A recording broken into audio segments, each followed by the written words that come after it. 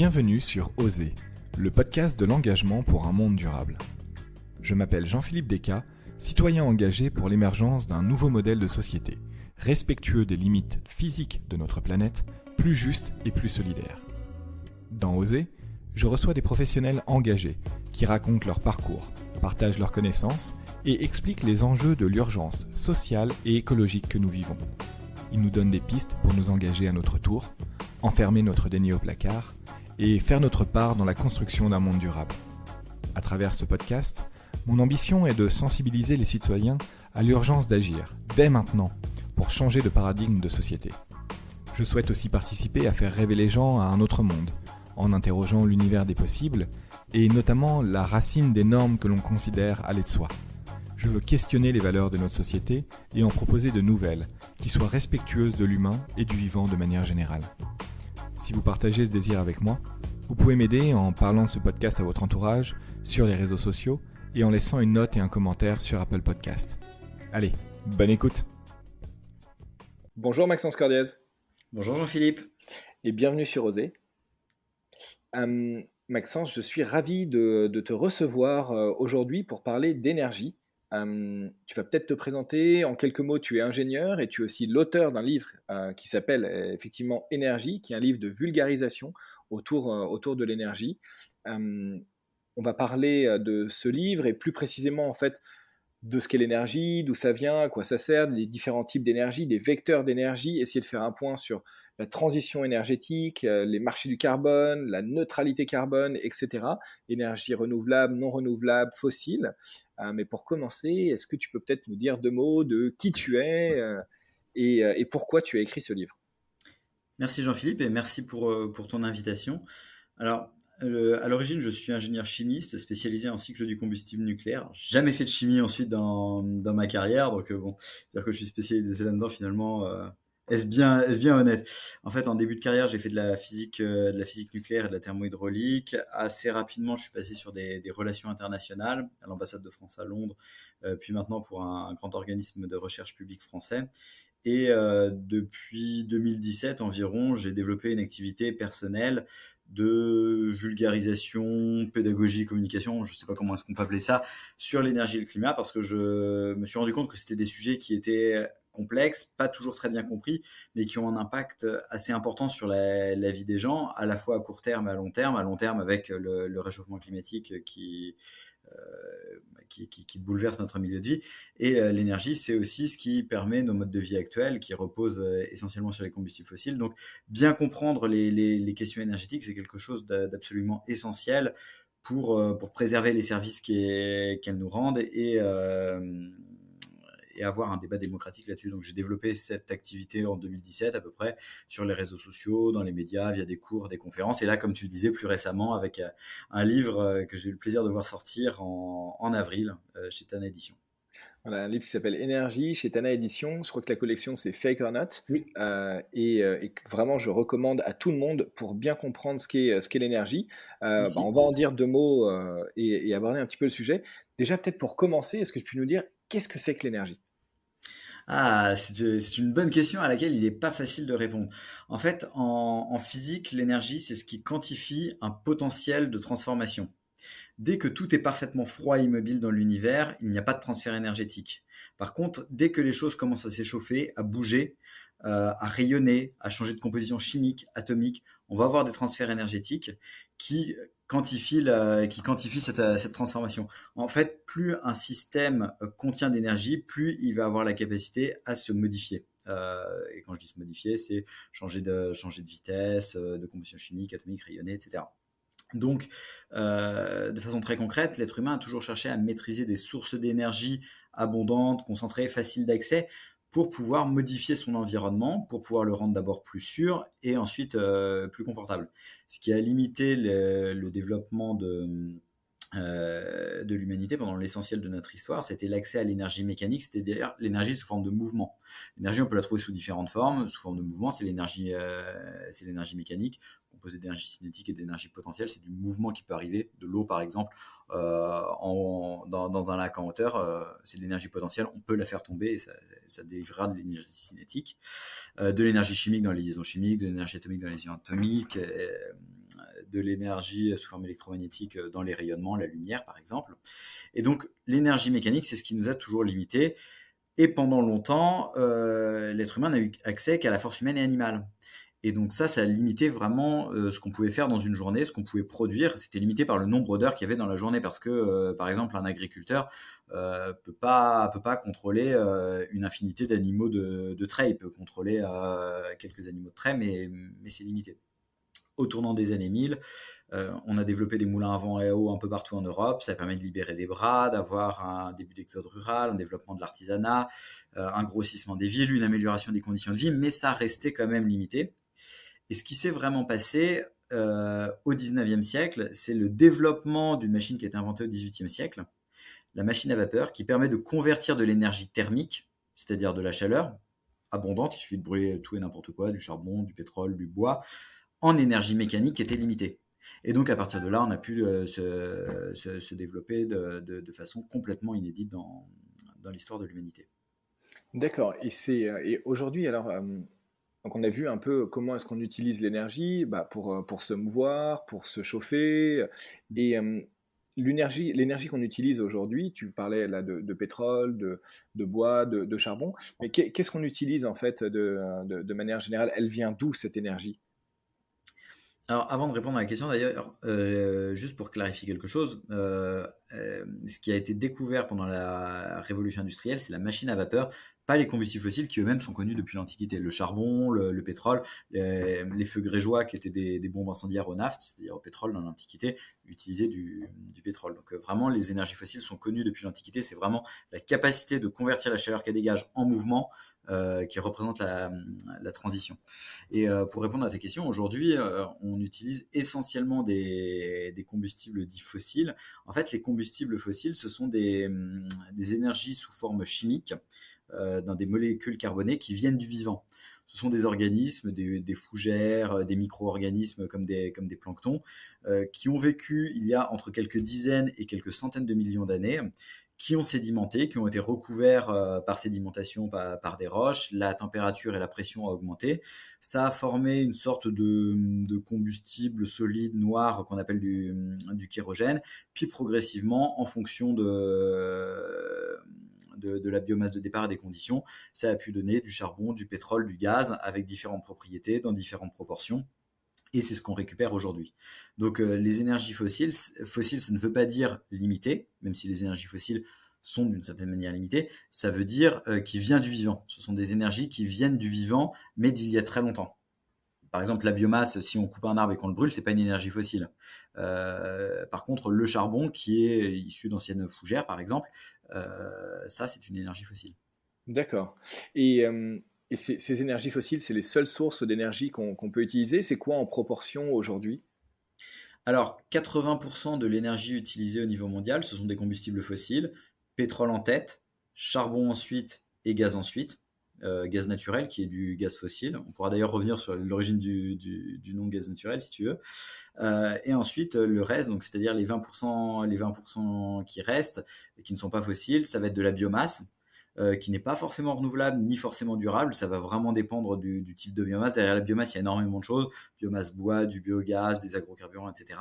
D'accord. De l'hydroélectricité, de l'énergie nucléaire, de l'énergie éolienne et enfin de l'énergie solaire. Et derrière l'énergie solaire, il y a plein d'autres énergies, mais qui sont beaucoup moins utilisées au niveau mondial, comme la géothermie, etc. Pour donner une petite idée, donc tu disais c'est 80% des énergies fossiles. Qu'est-ce qu'on en fait en fait de cette énergie fossile? Elle sert à alimenter quoi? Elle sert à alimenter les machines, toutes les machines qui produisent ce qui nous entoure. Par exemple, si je lève les yeux au-dessus de mon écran, absolument tout ce que je vois a été produit extrait, transformé et produit par des machines. L'ordinateur sur lequel je parle, et que la coque est en plastique, est constitué essentiellement de pétrole. Il contient différents métaux qui ont été extraits du sol avec des machines au pétrole ou au charbon, transformés par des machines qui tournent au charbon, importés dans des cargos qui fonctionnent au pétrole. Et en fait, l'essentiel des biens et des services que l'on consomme euh, ont été alimentés par les énergies fossiles qui vont donc alimenter les transports, tous les transports qu'on utilise et que ce qu'on achète à utiliser pour être livré, le chauffage des bâtiments et toutes les usines qui vont fabriquer les canettes de soda, les vêtements, etc. Ça sert absolument à tout. Et alors, tu parlais dans les énergies fossiles de charbon, de gaz naturel et de pétrole. Le charbon, on a l'impression que c'est un peu une énergie qui est révolue en fait, qu'on n'en utilise plus. On a l'impression que c'est un peu Peaky Blinders, c'est le 19e siècle, mais qu'aujourd'hui c'est terminé. Qu'est-ce qu'il en est réellement dans les faits? Absolument pas. Comme je le disais tout à l'heure, tu fais bien de poser la question, le charbon, c'est la deuxième énergie la plus utilisée au monde. C'est celle dont la consommation a le plus augmenté entre 2000 et 2010, poussée par l'essor de la Chine. Et depuis 2010, le charbon a été remplacé en termes d'énergie qui croît le plus vite par le gaz naturel.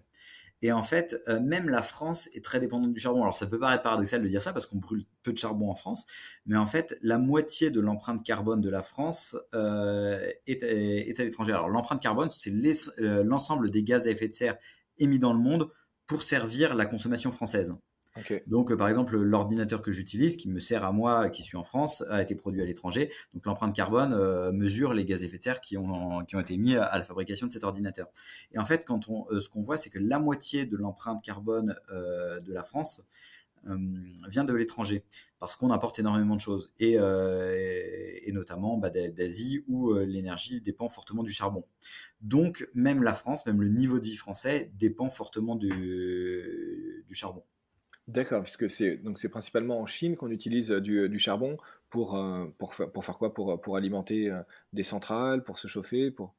Pas qu'en Chine, en fait, le charbon, alors même s'il a décliné ces dernières années, est encore très utilisé aux États-Unis, dans certains pays européens comme l'Allemagne et la Pologne, en Russie aussi beaucoup, en Chine et dans tout le sud-est asiatique. Le charbon, c'est une source d'énergie très facile à utiliser, très peu chère, que les pays qui en ont dans leur sous-sol souvent n'hésitent pas à utiliser. Donc c'est encore une source d'énergie très utilisée, surtout pour fabriquer de l'électricité. Historiquement, ça a servi aussi à faire du chauffage. Maintenant, on l'utilise moins pour le chauffage, notamment pour dépolluer les centres-villes, parce que le chauffage au charbon peut induire des épisodes de pollution poussée. Donc, même en Chine, par exemple, actuellement, il y a un mouvement qui vise à bannir toutes les chaudières à charbon pour essayer de dépolluer un peu les centres-villes.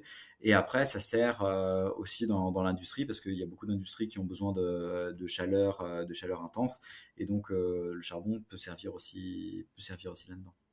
Et si, pour avoir une idée de l'impact du charbon, faut relire un peu aussi Oliver Twist, quand on Mm. parle du smog londonien de l'époque victorienne, où effectivement Mm. ça devenait très très difficile de respirer pour tout le monde à cause justement de l'air irrespirable dû à la combustion du charbon. Je te pose toutes tes questions, et Mm. notamment sur le charbon, parce que c'est vrai que quand on est en France, on n'a pas forcément une bonne visibilité. On a l'impression Mm. qu'en fait l'énergie est plus ou moins propre. On reviendra un peu sur pourquoi après. Alors que fondamentalement, ouais, comme tu le dis, le charbon reste la deuxième source d'énergie en fait Mm. la plus utilisée aujourd'hui. Ouais, et puis tu parlais d'Oliver Twist, mais il n'y a pas besoin d'aller aussi loin. De mémoire, c'est dans la série The Crown. Ils font référence à un épisode qui est pas si ancien que ça, parce que ça date de 52, le Great Smog of London. Un épisode de pollution extrêmement intense, donc l'air qui stagne à Londres. À l'époque, il y avait énormément de centrales à charbon dans le centre-ville, par exemple le Tate Modern, qui maintenant est un musée d'histoire naturelle, un musée d'art moderne, pardon, était une centrale à charbon. Il y avait plusieurs centrales à charbon dans Londres et cet épisode-là, c'était un épisode de brouillard très intense avec beaucoup de morts, à la fois du fait de la pollution, mais aussi des gens qui se sont fait écraser parce que on ne voyait strictement rien dans la ville à cause de ce brouillard très dense. Et ça, c'est du passé dans les pays occidentaux, le Royaume-Uni, les États-Unis, etc. Par contre, d'une certaine manière, ça peut encore être une réalité dans certains pays qui utilisent encore beaucoup le charbon.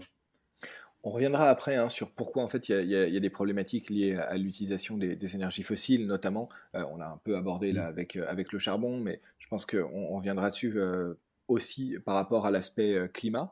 Mais déjà, je voudrais revenir aussi sur le gaz naturel, donc Mm. qui est une autre énergie fossile.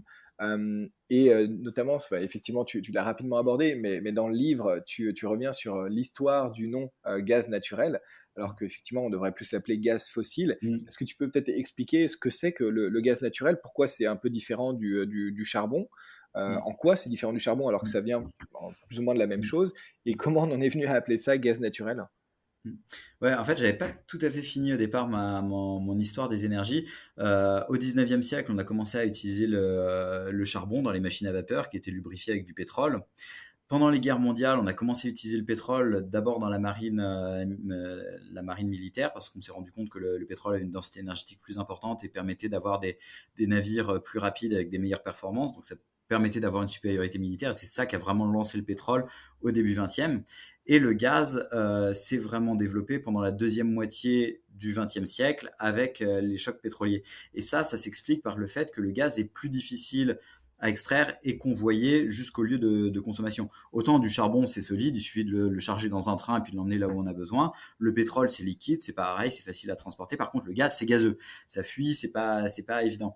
Et donc, du gaz, on en utilise depuis longtemps. Au 19e siècle, l'éclairage urbain se faisait au gaz. Mais à cette époque-là, c'était pas du gaz naturel. En fait, c'était du gaz de synthèse produit à partir de charbon.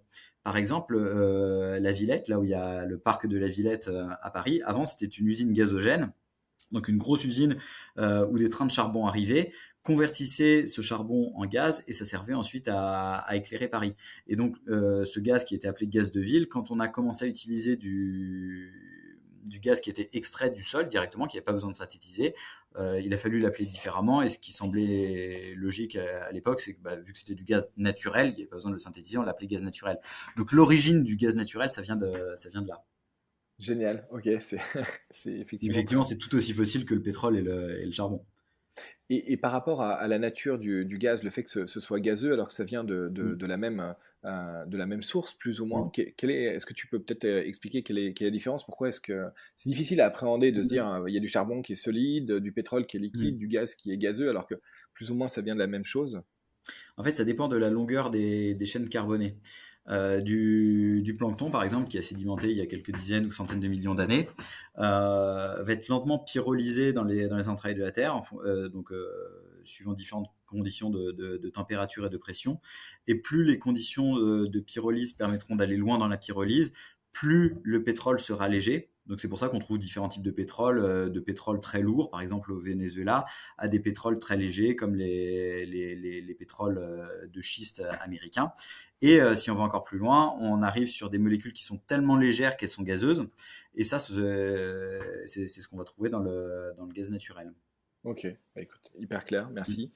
Euh, Avant qu'on parle un peu de la problématique de l'énergie fossile et peut-être un peu du climat, de la transition énergétique, etc., et des autres types d'énergie, j'aimerais revenir en fait sur qui produit et qui consomme principalement en fait l'énergie dans le monde, et notamment les énergies fossiles, peut-être avec un focus sur l'Europe et la France pour bien comprendre en fait les dépendances aux Mm. énergies fossiles et la géopolitique que peut représenter aussi les énergies fossiles, surtout dans le contexte actuel de guerre en Ukraine. Alors pour l'Europe, c'est assez simple parce que le premier fournisseur de l'Union européenne en gaz, pétrole et charbon, c'est le même, c'est la Russie. 40% du gaz consommé dans l'Union européenne vient de Russie. Pour le pétrole, c'est à peu près 30%, et pour le charbon, je me souviens plus exactement, mais c'est aussi assez élevé. C'est d'ailleurs pour ça qu'actuellement, il y a autant de tergiversations et de difficultés, surtout de la part de certains États, à imposer des sanctions à la Russie sur, alors le pétrole visiblement on va le faire, mais surtout sur le gaz, parce que c'est un fournisseur majeur, et certains pays en sont très dépendants, notamment des pays qui ont fait le choix de parier durablement sur le gaz fossile. D'accord. Et aujourd'hui, si on prend le cas de la Mm. France, elle produit combien de sa consommation d'énergie fossile? Quasiment rien. Alors au plus sur le gaz, au moment où on en a produit le plus, donc c'était au pic des extractions dans le gisement de Lac en Aquitaine, LACQ en Aquitaine. Euh, on devait être à peu près un tiers du gaz qu'on consommait, ça devait être dans les années 60. Mais actuellement, on produit quasiment rien sur notre territoire de ce qu'on consomme. Peut-être de l'ordre de 1% pour le pétrole, même pas, avec quelques gisements dans le bassin parisien et dans l'Est. Et est-ce qu'on consomme beaucoup d'énergie fossile en France? Parce qu'on peut se dire, bon, ben, dans Mm, ce cas-là, effectivement, peut-être qu'on consomme l'énergie autrement. Peut-être que finalement, grâce au mm. nucléaire, aux barrages, etc., on n'en a pas besoin. Ça, c'est vraiment une idée reçue, la France, pays tout nucléaire. En fait, la France est surtout un pays qui dépend fortement des combustibles fossiles. Si on regarde l'énergie finale, c'est-à-dire l'énergie qui passe par un compteur directement utilisable par les gens, donc le carburant raffiné, l'électricité, le gaz de chauffage, etc., 40% de l'énergie finale, ce sont des carburants pétroliers. Donc c'est ce qui alimente notamment les transports, qui en France dépendent à plus de 90% du pétrole. Donc le transport très dépendant du pétrole, et le pétrole joue vraiment un rôle majeur en France, comme dans tous les pays du monde. Ensuite, il y a l'électricité, 25% de l'énergie finale, et le nucléaire, c'est 70% de ces 25%. Donc le nucléaire, c'est entre 16 et 18% de l'énergie finale consommée en France. Alors c'est pas rien, mais c'est quand même très loin derrière le charbon. Et le gaz fossile qui sert à chauffer les bâtiments, notamment, qui sert aussi dans l'industrie, un petit peu dans la mobilité, même si c'est marginal, c'est 20% de l'énergie finale. Donc, en gros, 60% de l'énergie finale, peut-être un petit peu plus, en France, vient des combustibles fossiles. Et Ouais. ça, c'est vraiment que ce qu'on consomme sur le territoire français. Ce ne sont pas les combustibles fossiles consommés à l'étranger pour produire ce qu'on consomme en France. Donc, en gros, ce que tu me dis, c'est que quasiment 2 tiers de l'énergie consommée en France vient de ressources qu'on ne produit pas nous-mêmes. Tout à fait. Alors après, c'est pas spécifique aux combustibles fossiles, hein. Par exemple, tous les métaux aussi, alors qui ne sont pas des combustibles fossiles, parce que les métaux ont été formés dans les étoiles, pas il y a quelques dizaines ou centaines de millions d'années sur Terre. Les métaux sont aussi pour l'essentiel importés. La France extrait quasiment plus rien. Donc on est dépendant sur beaucoup de choses. En fait, ce qui est important de garder à l'esprit, c'est que sur Terre, tout est limité. Par contre, tout n'est pas limitant. Par exemple, le fer, bon, bah, il y en a une quantité limitée sur Terre, mais c'est l'un des éléments les plus répandus à la surface de la Terre. A priori, le fer sera jamais limitant. Donc, ce qui est intéressant, c'est de voir quelles sont les ressources dont on a besoin vraiment, et qui présentent ce caractère limitant. Et c'est le cas pour les combustibles fossiles, de par leur importance dans notre économie, et aussi de par les contraintes, enfin les délais auxquels des contraintes sur leur approvisionnement peuvent se présenter. Bah, Pour le d'ailleurs, pétrole, par là-dessus, exemple, hein, c'est probablement assez proche. pardon, je t'interromps. Là-dessus, j'ai fait une série de 3 Mm, interviews avec des chercheurs sur la question des ressources limitées, mm, que ce soit justement les minéraux, mm. fossiles, etc. Grâce à toi d'ailleurs. Donc j'en profite aussi pour te remercier et ces différentes mises en relation. Et j'invite tous ceux qui se posent des questions là-dessus à regarder donc ces épisodes dans la 4e saison du podcast. J'aimerais maintenant qu'on s'attaque un peu à une question qui peut paraître somme toute assez bête, mais pourquoi c'est un problème les énergies fossiles? Pourquoi on en fait tout un pataquès? Alors, il y a principalement deux réponses. Si tu as envie qu'on aille plus loin, on pourra donner encore d'autres réponses. Mais les deux réponses, en fait, c'est la double contrainte carbone. C'est vrai qu'on pourrait se demander, on a un système énergétique qui nous est extrêmement favorable par rapport à ce qu'on a pu connaître pendant l'essentiel de l'histoire de l'humanité. Là, on est en train de discuter, on n'est pas au champ en train de cultiver ce qu'on mangera cet été. On a une espérance de vie supérieure à 30 ans. Si on est malade, on peut aller à l'hôpital. Si on se blesse, on peut aller à l'hôpital. toi et moi, on a pu faire des études, on n'a pas dû aller au champ à 10 ans. Donc, et ça, c'est unique dans l'histoire de l'humanité. Donc, pourquoi est-ce qu'on veut changer, on veut changer ce système-là? En fait, il y a deux contraintes qui nous obligent à le faire. La première, c'est le réchauffement climatique, qui est un problème de déchets en fait. Les combustibles fossiles, donc on les brûle, on rejette les gaz qu'ils émettent dans l'atmosphère, et parmi ces gaz, il y a notamment le dioxyde de carbone, CO2, et le méthane, CH4, qui présentent un effet de serre. L'effet de serre, en fait, pour expliquer rapidement ce que c'est, le soleil éclaire la Terre de ses rayons, ça réchauffe la Terre. S'il n'y avait pas d'atmosphère, s'il n'y avait pas de gaz à effet de serre, toute la chaleur emmagasinée par la surface de la Terre serait réémise sous forme d'infrarouge vers l'univers, et puis comme ça, toute la chaleur est dissipée, il ferait moins 18 degrés à la surface de la Terre, il n'y aurait pas de vie. Grâce à l'atmosphère et à certains gaz qu'il y a dedans, la vapeur d'eau, le CO2, le méthane, etc., on a un effet de serre, c'est-à-dire que ces molécules-là captent les infrarouges émis par le sol, les rediffusent dans tous les sens, notamment vers le sol, ça piège une partie de la chaleur et on a une température moyenne qui est d'environ 15 degrés. Ça permet la vie. Le problème, c'est quand on a une accumulation de certains gaz à effet de serre, notamment le CO2 et le méthane, qui augmentent cet effet de serre et qui va réchauffer l'atmosphère en entraînant tout un tas de conséquences, par exemple des variations des régimes de précipitation, des phénomènes météorologiques de plus en plus violents, une montée des eaux, donc des submersions côtières, etc., qui peuvent avoir tout un tas de conséquences majeures sur les populations. Alors, la difficulté de ce problème-là, c'est que c'est un problème qui est à la fois mondial et de moyen terme, ce qui ne motive pas vraiment les gens à agir. Pour prendre une petite analogie, c'est un petit peu comme quand vous habitez dans une copropriété et qu'il y a un chauffage collectif. Vu que tout le monde paye la même chose, ça incite pas à faire des économies. Et donc, il y a vraiment ce problème-là pour agir pour le climat, c'est que tout le monde attend que les autres bougent avant de bouger soi-même, et en fait, on a du mal à avancer là-dessus.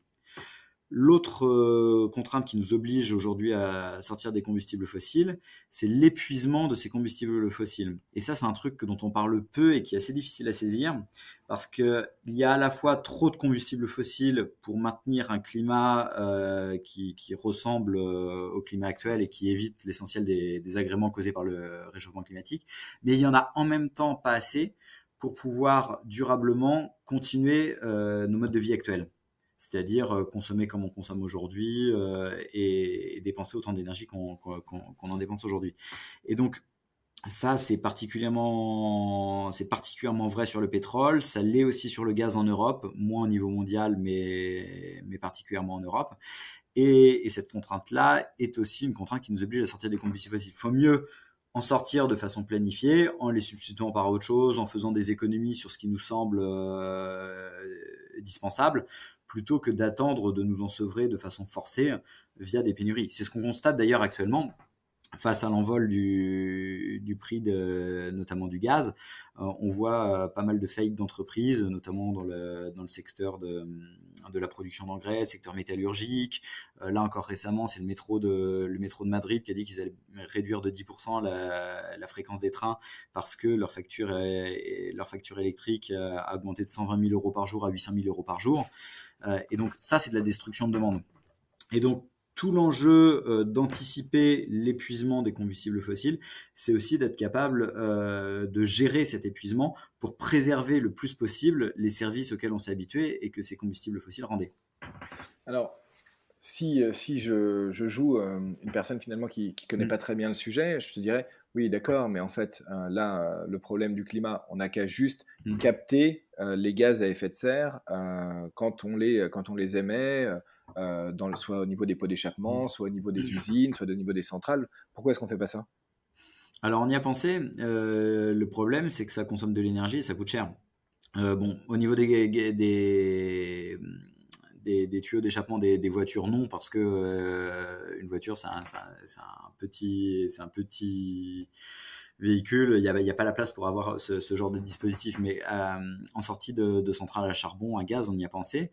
Le problème, c'est que si on n'équipe qu'une seule centrale, Là, dans ce cas-là, on peut voir combien ça coûte. En fait, le combien ça coûte, ça va être à la fois le coût des infrastructures pour faire ça et le coût de l'énergie pour jusqu'à quelques dizaines de pourcents de la centrale de la production de la centrale qui vont servir à alimenter ce mécanisme. Donc ça, on peut le chiffrer et puis se dire bon bah voilà, si on donne un prix du CO2 suffisamment élevé, par exemple, ça peut devenir rentable. Ça, c'est vrai pour une centrale. Par contre, si on commence à équiper toutes les centrales de ça, on va augmenter de quelques dizaines de pourcents la consommation de combustibles fossiles. Si on veut disposer de la même quantité d'énergie, vu que ces équipements-là consomment 10, 20, 10, 20, 30%, ça dépend de ce que produit la centrale, il va falloir consommer plus de combustibles fossiles. Et donc là, on va modifier les cours des combustibles fossiles.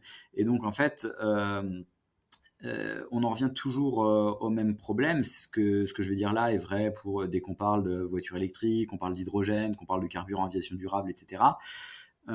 Ça peut représenter un élément de solution à partir du moment où on réinterroge nos usages. C'est-à-dire à partir du moment où on admet que l'énergie va être moins abondante et plus chère, ce sont des solutions qu'on peut envisager.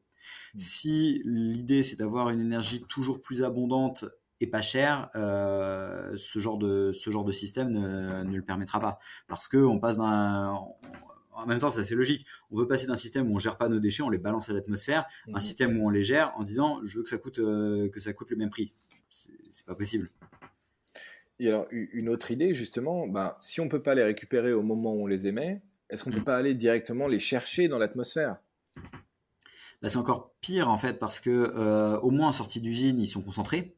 Dans l'atmosphère, ces gaz sont très dilués, donc il faut dépenser encore plus d'énergie pour aller les récupérer. Donc c'est encore plus compliqué. C'est-à-dire qu'avant d'aller les chercher dans l'atmosphère, il faudrait déjà être capable d'aller les chercher en sortie d'usine.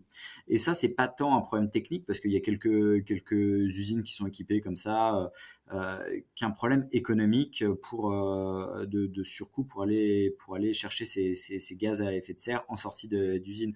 En fait, le plus souvent, quand ce genre d'équipement est mis en place, c'est un peu ironique, c'est pour faire de la récupération assistée de pétrole. C'est-à-dire que on récupère ce CO2, on l'injecte dans des gisements de pétrole pour les remettre sous pression pour pouvoir récupérer plus de pétrole. Et donc c'est le pétrole en plus qu'on va récupérer, qu'on n'aurait pas récupéré sinon, qui permet de financer la capture du CO2. Mais bon, ça répond pas vraiment à la problématique climatique. Non, effectivement. Du coup, on comprend très clairement là, ce que tu nous dis, soit par rapport au problème du climat, soit par Mm. rapport en fait au problème de pénurie de ces ressources, Mm. qui nous crée un avenir potentiellement Mm. très inégalitaire, qu'il faut faire une transition énergétique. Mm. Mais j'ai l'impression, moi, qu'on l'a déjà faite, cette transition énergétique, ou qu'elle est déjà en cours. Est-ce que tu peux nous faire un petit récap historique un petit peu sur ce que c'est que la transition énergétique depuis la révolution industrielle? Oui, alors on a pas mal fait évoluer nos systèmes énergétiques dans l'histoire. C'est ce que j'expliquais tout à l'heure. Pendant l'essentiel de l'histoire de l'humanité, c'est la force humaine et animale qui a permis de produire tout ce qu'on consommait. À cette époque-là, tout était extrêmement cher. Petite anecdote, l'autre jour j'ai visité le musée des armateurs à Saint-Malo, donc ils expliquaient un peu l'histoire du commerce maritime et de mémoire ils disaient que donc il y avait en gros deux routes, celle qui va en Amérique du Sud et celle qui va en Asie. Amérique du Sud c'était 2-3 ans et celle qui va en Asie ça devait être 5 ans, avec un taux de retour des bâtiments de 70%, donc quand même 30% de perte en mer. Puis bon, les navires de l'époque c'était pas des porte-conteneurs d'aujourd'hui, ils transportaient quand même beaucoup moins de choses. Donc il faut imaginer la valeur de ce qui était ramené au bout de 3-4 ans avec un équipage donc, qui avait passé 3-4 ans à aller chercher des quantités beaucoup plus faibles que ce qu'on ramène sur un navire aujourd'hui, avec un taux de perte très élevé. Donc le café, le poivre, les épices, c'était des choses qui étaient hors de prix. En fait, dans la période pré-industrielle, tout ce qui existait était hors de prix, les tissus, etc., par rapport à aujourd'hui. Et il y a aussi tout ce qui n'existait pas. Et donc, la révolution industrielle a permis de faire sauter tout un tas de ces limites en puisant dans les stocks de charbon, puis de pétrole, puis de gaz. Au départ, 19e siècle, on utilise surtout du charbon dans l'industrie, dans les transports. Début 20e, on commence à utiliser le pétrole de plus en plus dans les transports et ils chassent le charbon. deuxième moitié du XXe siècle, le gaz chasse le pétrole dans la production électrique, chasse une partie du charbon dans la production électrique, et de plus en plus utilisé dans l'industrie. Le nucléaire aussi, dans certains pays, est de plus en plus utilisé, ce qui en France nous permet de réduire fortement notre consommation de charbon. Alors, est-ce que la France a fait ça pour le climat? Non, en fait, la France a fait ça pour deux raisons. À la fois parce que les chocs pétroliers nous ont beaucoup inquiétés à l'époque. On ne savait pas si c'était une crise ou le début d'une nouvelle donne. On craignait que ce soit vraiment le début d'une contrainte durable sur le pétrole qu'on n'avait pas. Donc on s'est dit qu'il faut développer d'autres énergies. Et en plus, contrairement à l'Allemagne, par exemple, la France a un sous-sol qui est quand même moins favorable en termes de ressources charbonnières. Donc je pense que si on avait les mêmes ressources charbonnières que l'Allemagne, on aurait probablement fait un peu comme l'Allemagne. Il n'y a pas de raison qu'on agisse différemment. Donc tout ça, ça a été aussi dicté un peu par la géologie, par ce dont on disposait.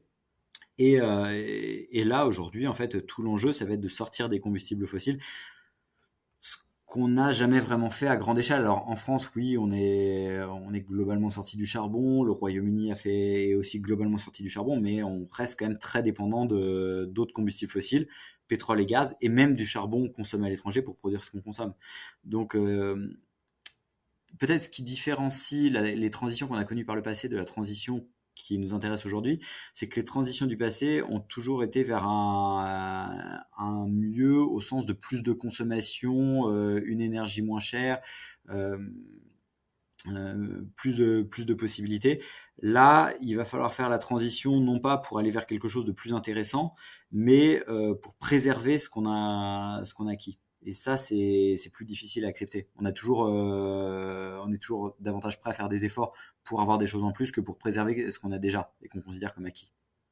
Je te posais aussi cette question parce que, alors là, on parlait à l'échelle d'un pays, par exemple, qui a pu éliminer certaines énergies pour en utiliser d'autres. Mais à l'échelle mondiale, quand on regarde en fait Mm. l'évolution de la consommation des énergies fossiles, on se rend compte qu'en fait, elles sont toutes empilées les unes Oui. par rapport aux autres. Et c'est pour ça Oui. que je disais de manière un Mm. peu ironique, parlons de transition énergétique. Mm. J'ai pas l'impression qu'en fait, à l'échelle mondiale, on n'ait jamais fait quelque transition que ce soit. C'est plus un empilement énergétique. Ouais, bah en fait, on choisit pas d'utiliser une énergie parce qu'on l'aime ou pas. En fait, on utilise les énergies parce qu'elles sont pratiques et qu'elles coûtent peu cher. En fait, les combustibles fossiles ont des avantages intrinsèques qui les rendent extrêmement compétitifs. Ils ont un taux de retour énergétique très élevé, c'est-à-dire l'énergie que l'on récupère sur l'énergie investie pour aller chercher cette énergie. Donc ça coûte peu d'énergie d'aller récupérer beaucoup d'énergie avec les combustibles fossiles. Ce sont des énergies qui sont stockables, ce qui n'est pas le cas de l'électricité. Donc les combustibles fossiles sont très pratiques et c'est pour ça que les pays en développement, par exemple, développent en priorité les combustibles fossiles parce que construire une centrale à charbon, c'est rapide, c'est pas cher, ça produit beaucoup d'électricité, le charbon ne coûte rien. Donc quand on a du charbon dans son sous-sol, on l'utilise. Justement, parlons peut-être un peu d'électricité, puisque Mm. souvent, en fait, les gens pensent malheureusement à tort que Mm. l'électricité est une énergie. Tu vas nous expliquer plutôt ce que c'est que l'électricité, comment ça fonctionne. Et puis j'aimerais qu'on parle aussi de l'électricité comme étant une solution ou non pour la transition énergétique. Mais d'abord, est-ce que tu peux nous dire déjà deux mots de ce que c'est que l'électricité et Mm. pourquoi c'est pas une énergie en fait? C'est une énergie, mais en fait, l'énergie ne se crée pas. Elle ne peut que se transformer. Donc, toute l'énergie qu'on utilise vient nécessairement de notre environnement. Dès lors, on peut distinguer les sources d'énergie, c'est-à-dire l'énergie sous la forme sous laquelle on va aller la chercher dans l'environnement, par exemple du pétrole brut, de l'uranium, du vent, du gaz, de l'énergie solaire, de la tourbe, du bois, de la chaleur du sous-sol, c'est-à-dire de la géothermie. Donc ça, ce sont des sources d'énergie et des vecteurs énergétiques qui permettent de transporter l'énergie, de la stocker, de l'utiliser sous d'autres formes. Donc, par exemple, les carburants pétroliers qui sont issus du pétrole sont des vecteurs énergétiques. L'électricité, que l'on ne trouve pas... Alors, évidemment, il y a de l'électricité dans la nature, par exemple les éclairs, etc. Mais on n'utilise pas les éclairs pour alimenter le réseau électrique. l'électricité qui passe dans les câbles et qui sort de la prise, elle vient pas directement de l'environnement. En fait, elle a dû être produite à partir en France, ça va être nucléaire, hydraulique, éolien, solaire, gaz, un tout petit peu de charbon. Dans d'autres pays, ça va être beaucoup plus de charbon, par exemple. Et donc, il faut la produire. Et donc, c'est un vecteur énergétique. Elle porte de l'énergie, mais on l'a pas extraite sous cette forme-là dans l'environnement. Et, L'hydrogène, c'est pareil, c'est pas une source d'énergie. On parle beaucoup d'hydrogène. L'hydrogène, c'est un vecteur énergétique.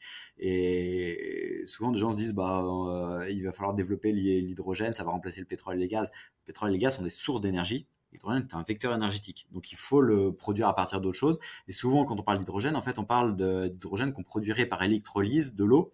C'est-à-dire, grâce à de l'eau et de l'électricité, on peut faire de l'hydrogène et de l'oxygène. Mais pour ça, il faut beaucoup d'électricité et de l'électricité bas carbone. Sinon, ça sert à rien. Autant utiliser directement des combustibles fossiles, ce qui est plus efficace. Donc là, on voit déjà une première limite quand on parle d'hydrogène, c'est qu'il faut être capable de disposer de quantités phénoménales d'électricité bas carbone, alors que l'essentiel des bouquets électriques dans le monde sont encore très fortement carbonés, même en Europe d'ailleurs. Et même en France, on a encore des centrales fossiles qui tournent en permanence. et pourquoi alors à un moment donné on s'est dit qu'on allait développer l'électricité comme vecteur énergétique si en fait, enfin, il y a des pertes, quelle est l'utilité?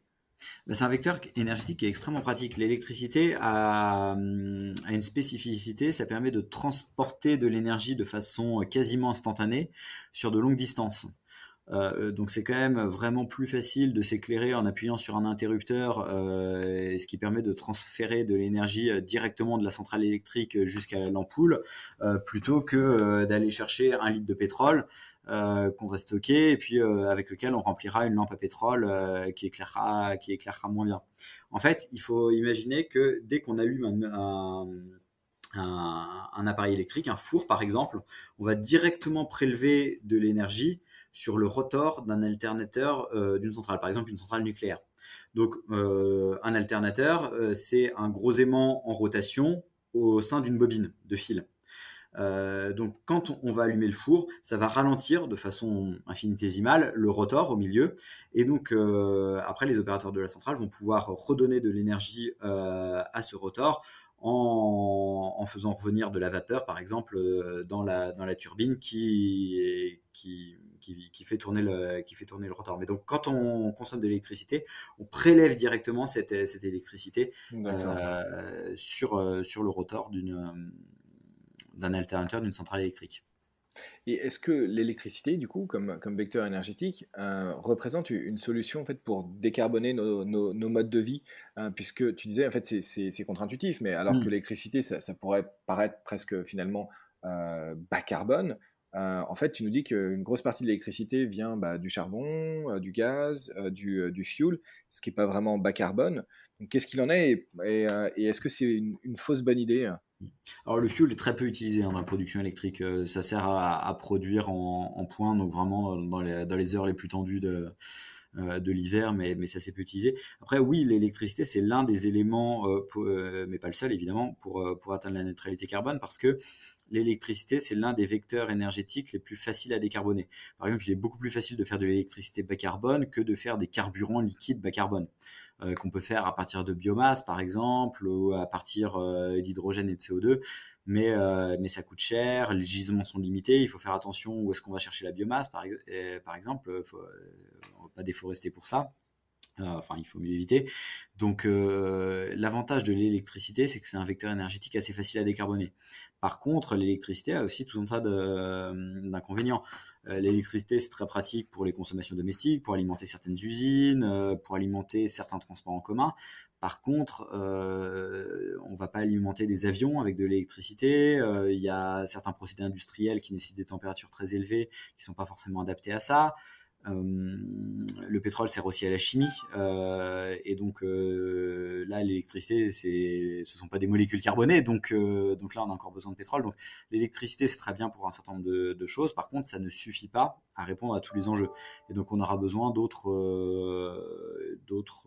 vecteurs énergétiques, notamment des carburants liquides et gazeux qui ne soient pas fossiles. Je pense par exemple au biogaz, à certains biocarburants. de la chaleur issue de l'industrie ou de la chaleur nucléaire ou des choses comme ça. On reviendra peut-être un peu sur ce que serait un mix énergétique soutenable, peut-être à l'échelle de la France, et ce que ça représente en termes de consommation d'énergie par rapport à ce qu'on consomme aujourd'hui, puisque je pense qu'on commence à le voir venir, hein, mais finalement, l'accent, c'est la réduction et la sobriété, puisqu'il y a pas de miracle par rapport à la consommation actuelle d'énergie fossile. Mais avant, j'aimerais revenir sur un point que tu abordes aussi dans le livre, et que je trouve particulièrement important parce qu'il est difficile à saisir et pourtant il est au centre de campagne de greenwashing complètement hallucinante. C'est tout ce qui est autour de la neutralité carbone. Et pour ça, il faut aussi qu'on parle des marchés du carbone. Alors peut-être commencer déjà par ce que c'est qu'un marché du carbone, à quoi ça sert. Et puis ensuite, on pourra parler en fait de neutralité carbone et pourquoi des organisations se revendiquent neutres en carbone. Ok, ouais, ce sont deux sujets qui sont un petit peu différents quand même. Donc le marché du carbone, en fait, on s'est rendu compte que si on veut donner des signaux je vais remonter encore un peu plus loin. Si on veut qu'une entreprise agisse pour le climat, en fait, une entreprise n'agira pas d'elle-même pour le climat. Le but d'une entreprise, c'est de valoriser ses actifs et de faire des bénéfices. C'est pas immoral, c'est amoral. En fait, c'est construit comme ça. Une entreprise, c'est un outil. Quand elle s'intéresse à des problématiques environnementales, c'est juste parce qu'elle pense qu'elle va y gagner un avantage réputationnel qui lui permettra de valoriser ses actifs ou de faire des bénéfices. Donc, si on veut que les entreprises commencent à agir pour le climat, il faut leur parler une langue qu'elles connaissent, c'est-à-dire soit de la réglementation, c'est-à-dire ça, tu as le droit de faire, ça, tu n'as pas le droit de faire. Donc interdire, soit et leur donner des incitations fiscales, c'est-à-dire si le CO2 est un problème, dans ce cas-là on leur fait payer le CO2 et ça va les pousser à en émettre moins en changeant leur procédé, en changeant ce qu'elles produisent, le type d'offre ou de service qu'elles rendent, etc. Il y a en gros deux méthodes qu'on peut penser. Soit on met une taxe sur le CO2, c'est-à-dire c'est le législateur qui dit la tonne de CO2 est autant, et donc dès que vous émettez une tonne de CO2, vous payez tant de taxes au gouvernement. En Europe, l'Europe a toujours l'Europe a toujours eu une approche très pro-marché. Elle n'aime pas trop les taxes, et donc l'approche qui a été choisie, c'est plutôt d'avoir un marché du carbone. C'est-à-dire que tous les ans, des quotas d'émissions sont mis sur le marché qui sont censés correspondre à nos objectifs climatiques. Alors, il y en a une partie qui sont vendus aux enchères, une partie qui sont donnés pour permettre de maintenir la compétitivité des entreprises. Et après, ces quotas peuvent être échangés sur un marché. Et plus il y a de demande, plus le prix du quota est élevé. Moins il y a de demande, plus le prix est faible. Le problème de ça, c'est que vu que c'est un système d'offre et de demande, ça donne aucune visibilité aux industriels. Les industriels, si on veut qu'ils prennent en compte quand ils vont faire des investissements, qui sont souvent des investissements de long terme, par exemple, quand on veut construire une usine, on la construit pas pour 3 ans, on la construit pour 40 ans. Donc, si on veut que l'industriel prenne en compte le prix du CO2 quand il va faire ses calculs économiques pour choisir entre tel ou tel procédé, par exemple, ou tel pays d'implantation en fonction du contenu carbone de l'électricité, il va falloir lui donner une visibilité sur ce prix du carbone. Et ça, le marché ne permet pas du tout de faire ça. On est complètement incapable de dire dans un an combien vaudra la tonne de CO2 en Europe. Là, actuellement, elle doit se balader aux alentours de 80 euros. En 2018, elle était encore à une dizaine d'euros. En fait, entre 2012, 14, 18, pendant quasiment une dizaine d'années, elle était en dessous en fait, à la suite de la crise de 2008, pendant une dizaine d'années, elle était à moins de 10 euros. Et là, pour différentes raisons, la mise en place d'une réserve qui permet d'éponger les quotas en trop, etc., le prix de la tonne a explosé. Mais tout ça, c'est pas du tout prédictible. Et donc, ça donne pas vraiment de vision qui permettrait aux industriels de tenir compte de ça, et ça peut même compromettre la compétitivité et la pérennité des industriels, parce que faut mieux leur donner un signal sur le CO2 progressif, annoncé et progressif, qui augmente progressivement, comme ça ils ont le temps de s'adapter, plutôt que, comme on l'a vu sur la décennie entre 2008 et 2018, un prix du carbone qui était très faible. Ouais. Donc là, personne ne fait d'effort, et puis après, paf, le prix du carbone explose, et il y a des entreprises qui deviennent insolvables. un autre point sur les marchés du carbone et qui va Mm. nous amener en fait plus sur la neutralité et le côté un peu greenwashing dont je voulais aborder. Autre que ce point qui est Mm. effectivement essentiel hein, de visibilité et qui Mm. effectivement explique pourquoi on se retrouve sur le dos avec des choix industriels qui sont complètement dépassés ou qui en tout cas ne conviennent pas au Mm. bout de quelques années à peine ils ont été faits justement, c'est le côté marché du carbone et compensation. C'est-à-dire que sur les marchés du carbone, corrige-moi si je me trompe, Mm. mais on est en capacité en fait d'émettre du CO2 si à côté en fait on met en place des mécanismes de compensation. Donc typiquement, on investit dans des projets euh, usines énergie renouvelable, de plantation de différents arbres ou forêts, et qui fait que les pollueurs peuvent, en contrepartie de ces mécanismes de compensation, continuer à émettre du carbone. Alors ça, j'ai un doute, faudrait vérifier si ça leur permet de s'affranchir ou non du paiement des quotas, je suis pas sûr. D'accord, Mais ok. là j'ai un doute, faudrait vérifier. En fait, la compensation, c'est surtout en termes de communication, par exemple, des compagnies aériennes qui proposent à leur clientèle de compenser en plantant des arbres pour déculpabiliser la clientèle. Et en fait, là, le problème derrière, c'est que il y a pas mal de questions avec la compensation. Déjà, il faut être sûr que ce soit des projets sérieux, des projets qui n'auraient pas vu le jour sans l'argent apporté par le financement de ces mécanismes de compensation. Et ça devrait vraiment être réservé aux émissions irréductibles et pas pour continuer le business as usual parce qu'en fait, on va pas pouvoir compenser énormément d'émissions. Donc, il y a pas mal Et de questions derrière, mais... ce qui du coup, alors peut-être pour la compensation Mm. carbone, en fait, je renvoie tout le monde à l'épisode avec Thais Drozowski que j'ai fait il y a maintenant plus d'un an et demi, je pense, qui est la cofondatrice de Inuk, qui fait de la contribution carbone, dans lequel on aborde un peu ces marchés, ces questions, pardon. Et c'est vrai que du coup, le fonctionnement précis des marchés du carbone sont aussi un peu loin pour moi. Du coup, voilà, pour creuser, je renvoie tout le Mm. monde à cet épisode. Mais j'aimerais juste aborder peut-être le concept de neutralité pour Mm. qu'on comprenne ce que c'est, ce que ça veut dire et pourquoi c'est un objectif.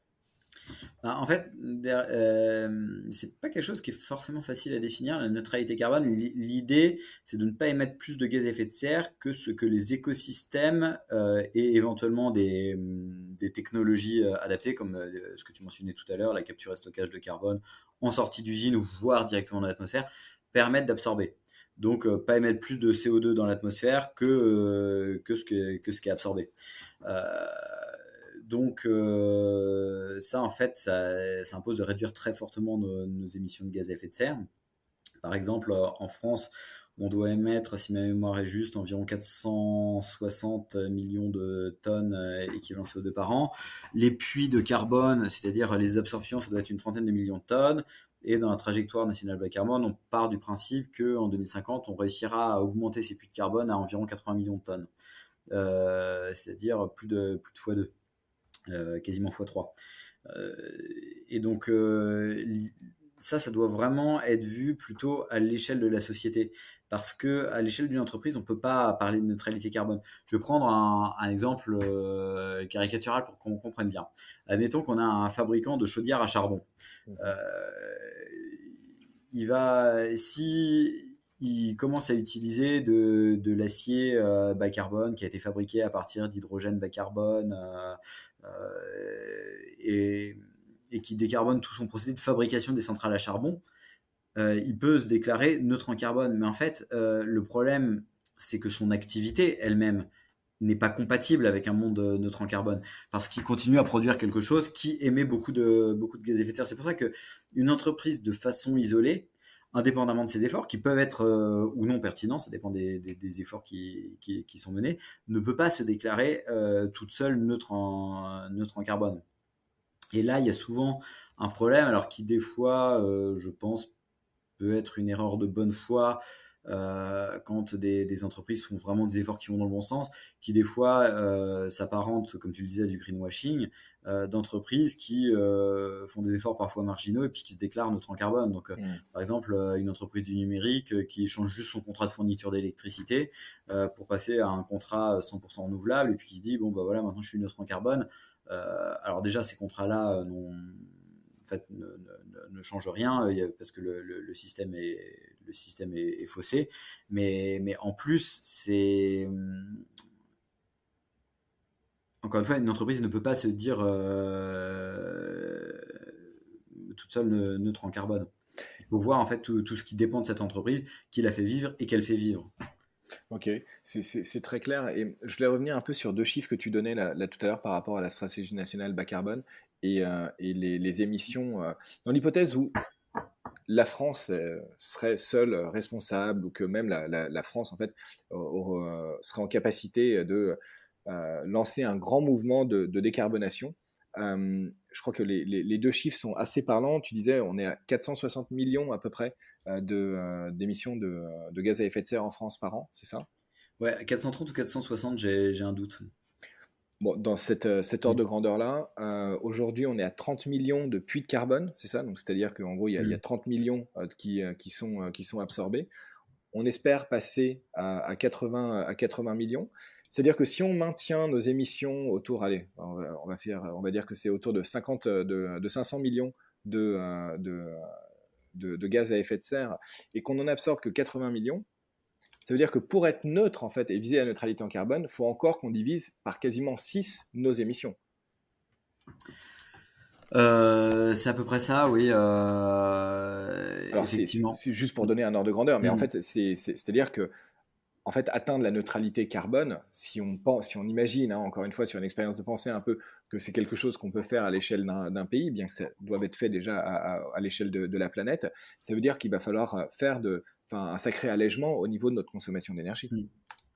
Tout à fait. Alors, j'ai vérifié entre-temps, c'est un peu plus de 430, c'est entre 430 et 440 en 2019 millions de tonnes équivalent CO2 par an.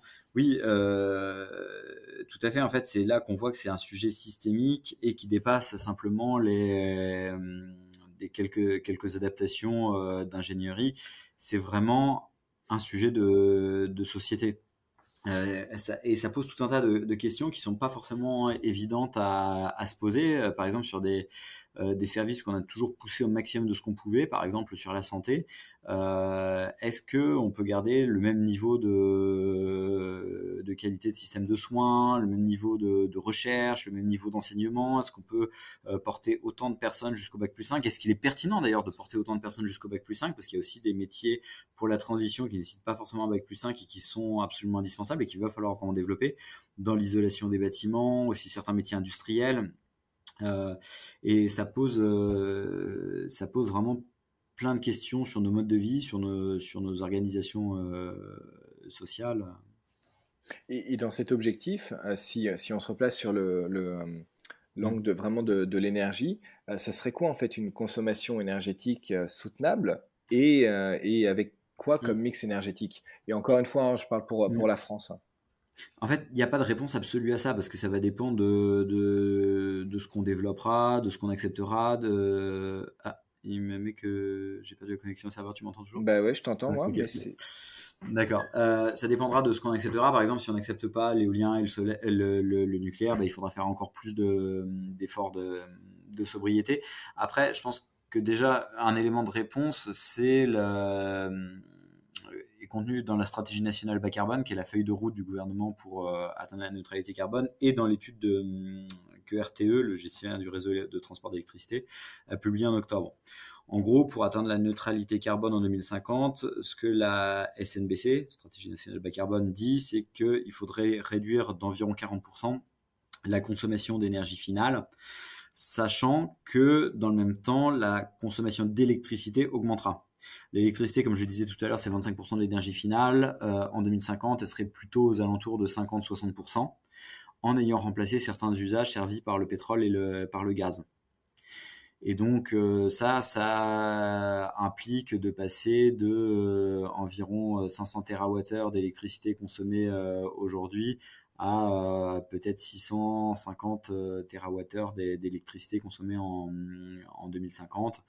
Un peu plus, un peu moins selon différentes hypothèses. Mais En tout cas, ça va nécessiter de développer très très fortement toutes les énergies bas carbone dont on dispose, parce qu'on a besoin vraiment de remplacer les combustibles fossiles, et encore une fois, on en consomme beaucoup, et en même temps de faire des économies d'énergie. Et de changer aussi notre rapport à l'énergie pour flexibiliser notre demande et être capable d'adapter notre demande énergétique aussi à l'offre, ce qui est quelque chose d'assez nouveau. Mais vu que les fossiles avaient cet avantage qu'ils étaient stockables, donc on pouvait vraiment produire et consommer exactement quand on voulait, ce sera pas forcément complètement le cas, ce sera pas le cas complètement dans un système énergétique du futur, parce que même s'il y a le nucléaire et l'hydraulique, il y aura aussi du solaire et de l'éolien. Et donc il va aussi falloir être capable de flexibiliser les usages. Alors après, il n'y a pas forcément besoin d'être caricatural là-dessus. Il y a pas mal de choses qu'on peut faire qui peuvent être relativement indolores pour la population. Par exemple, on peut avoir un pilotage partiel des consignes de chauffage sur signal réseau. Donc le consommateur, en échange d'une facture un peu moins élevée, définit une consigne de température basse, une consigne de température haute. Donc il dit, je sais pas, moi j'ai pas envie de descendre en dessous de 17, j'ai pas envie de monter au-dessus de 19. Et après, c'est le réseau qui gère et qui fait fluctuer la température entre les deux consignes. Mais ça, la consigne a été définie par le consommateur. Ok, non, c'est très, très, très clair. Maxence, est-ce que tu aurais peut-être des recommandations ou des conseils pour ceux qui nous écoutent, que ce soit pour se former, creuser le sujet de l'énergie, ou des choses dans lesquelles s'engager en fait à ce niveau-là? Alors pour creuser les questions liées à l'énergie, je conseille vivement la chaîne YouTube Le Réveilleur, qui est une chaîne de vulgarisation sur les sujets énergie, climat, matériaux, qui est une chaîne extrêmement bien faite avec celui qui tient ça, Rodolphe Meyer, est docteur en analyse de cycle de vie. C'est quelqu'un d'extrêmement rigoureux et on apprend énormément de choses en écoutant ses vidéos. Après, pour ceux qui ont envie d'aller plus loin, il y a plusieurs ouvrages qui sont intéressants là-dessus. Sur le climat, par exemple, alors un ouvrage qui est très facile à lire, c'est celui-ci, Tout comprendre sur le climat, de mon pote Anne Bresse, Claire Marc, sous la direction de Jean-François Doussin. Pour ceux qui ont envie d'aller un petit peu plus loin, alors un ouvrage qui est un petit peu plus compliqué mais qui est aussi passionnant sur le climat, sans question pour le climat sans question, pardon, de Gilles Rammstein et Sylvestre Huet. Pour ceux qui s'intéressent à l'énergie, il y a mon bouquin dont tu parlais tout à l'heure, je fais un peu d'autopromo. Qui s'appelle Énergie, Voilà. et qui est chez Tana Édition. Et puis après, il y a d'autres qui seraient intéressants, comme Or Noir, la grande histoire du pétrole, que beaucoup de monde connaît. De Mathieu Ozano. Et ben écoute, c'est génial. Merci pour ces conseils. Et Maxence, je te remercie beaucoup d'être venu et de t'être prêté à ce petit jeu autour de l'énergie. Et bon courage pour la suite. Merci beaucoup, Jean-Philippe. Bonne journée.